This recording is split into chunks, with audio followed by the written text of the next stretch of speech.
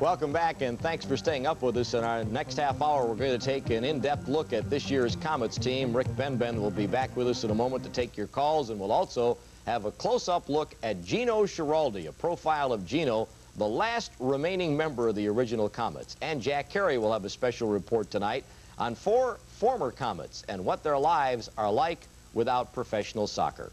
Well, as you know, it was a very busy off-season for the Comets front office with no less than 20 off-season transactions. So needless to say, there are plenty of new faces when the Comets take the Kemper Arena floor Wednesday night for the home opener.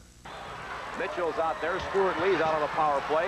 Lee's shot is off the glass. A rebound. Aramina goal. 2-0 Kansas City. This will be a very different Comets team in 1986 because more than half the players who finished the season with the Comets are no longer with the team. Up front, the Comets have added high-scoring forward Jan Goossens, who led Minnesota to the championship series last year. And returning to Kansas City is forward Yilmaz Orhan. The longtime crowd favorite is back after a 3-year absence.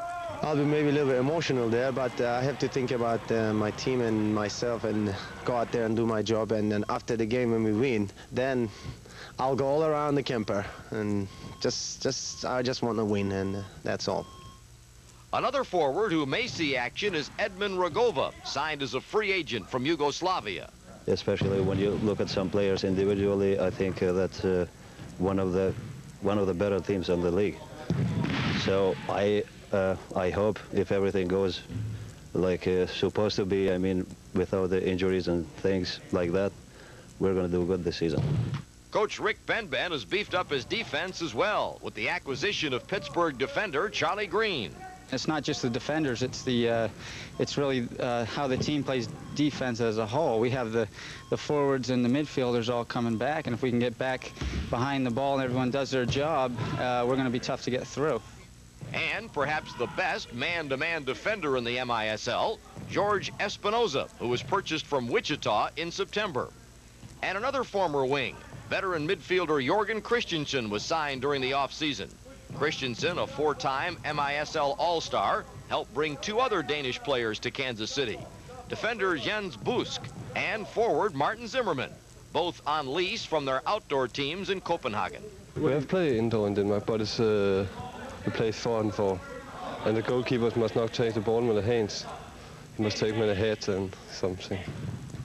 In goal, Alan Mayer remains from last year's squad, but former St. Louis Steamer Ed Gettemeyer has replaced Manny Schwartz. The league has evolved to such a state that you have to have 2 guys that you can count on at any given time.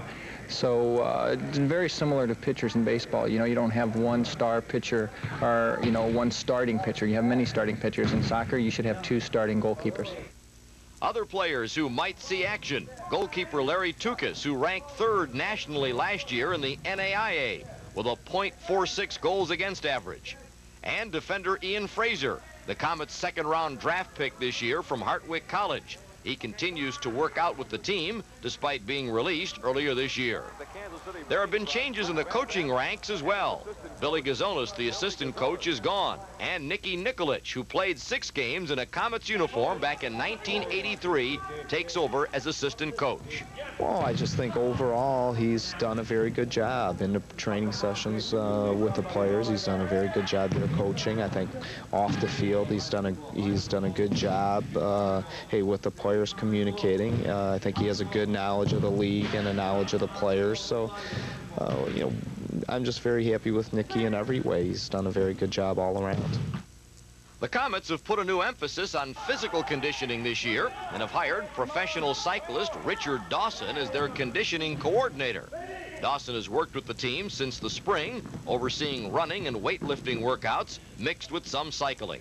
It's quite a bit unconventional for this type of sport, even though it is a conditioning sport, to engage in some of the things we did, such as bike riding, a lot more running than they're used to, and of course lifting some weights and things. So you can imagine the reaction was totally negative for the most part. And you mentioned the spring, you know, a lot of guys felt that it was pretty much punishment to be there.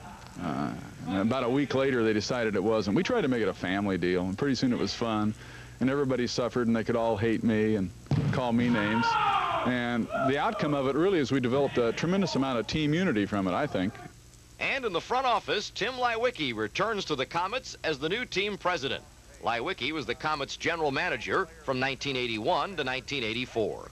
We don't necessarily have to go win every game, but we do necessarily have to go try to win every game. We got to give 100% every night because we have the skill now to win every game. And I think that's the major difference. 3-4 years ago, we went out and tried to win every game, but we knew we were outskilled a lot of times. This year, it's not just us that believe it, but a lot of the other coaches in the league have told us this is the best team Kansas City has ever put together. So I think our expectations on the field are a little higher just because we know the quality of player that we have.